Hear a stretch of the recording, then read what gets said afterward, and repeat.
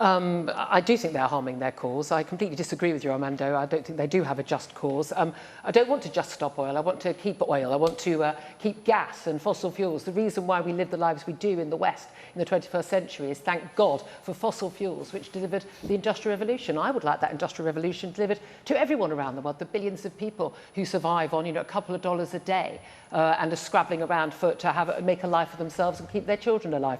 So, Julia, when you've got the UN saying, as Armando was referring to, that there's no credible pathway now it's to a complete reach load of nonsense. That's not backed up by the latest IPCC. Okay, well, listen, it is I a load of nonsense. Maybe you know better than the UN. This is what the UN are saying, and that the current policies may lead to 2.8 degrees warming this century. Those climate models have been exposed as complete nonsense again and again and again. They are the most extreme end of the scientific models contained in those IPCC reports. But the point is, even if it were true, even if it were, would that necessarily be an issue? But that's aside the point for the kind of protests we're seeing. Because I think the issue here is you've got a lot of very entitled middle-class people who've led a very nice life. Do we know they're middle-class people? They pretty much are, actually, yes. I think we do.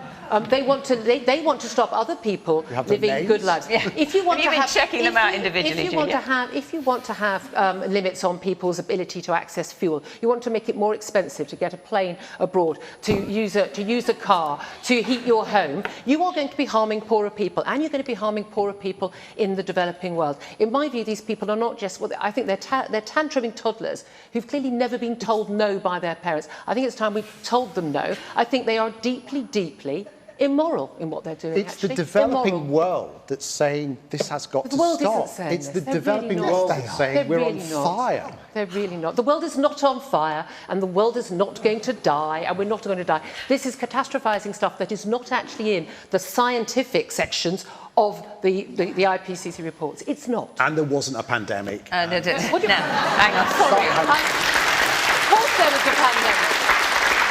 Of course there was a pandemic. Science is all subjective, and it's...